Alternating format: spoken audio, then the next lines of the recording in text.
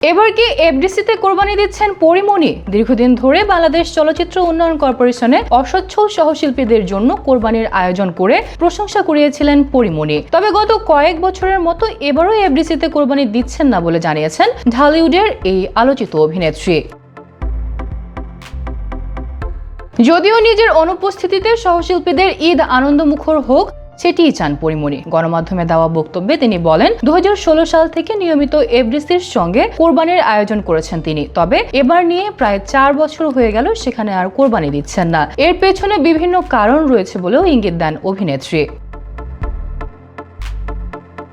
পরীমনির ভাষায় তিনি সবসময় চেয়েছেন এফডিসির সহশিল্পীরা, বিশেষ করে যারা আর্থিকভাবে অসচ্ছল, তারাও যেন উৎসবের আনন্দ থেকে বঞ্চিত না হন। তিনি থাকুক বা না থাকুক, তাদের মুখে হাসি থাকুক, এটাই তার প্রত্যাশা।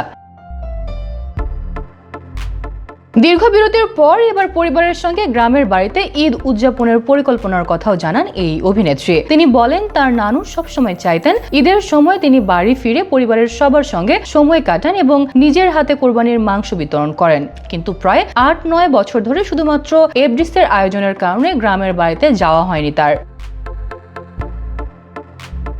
একসময় তিনি উপলব্ধি করেন এফডিসির দায়িত্ব অন্যরাও সামলাতে পারছেন। এরপর থেকেই আবার গ্রামের বাড়িতে ফিরে পরিবারের সঙ্গে ঈদ উদযাপন শুরু করেন পরীমনি।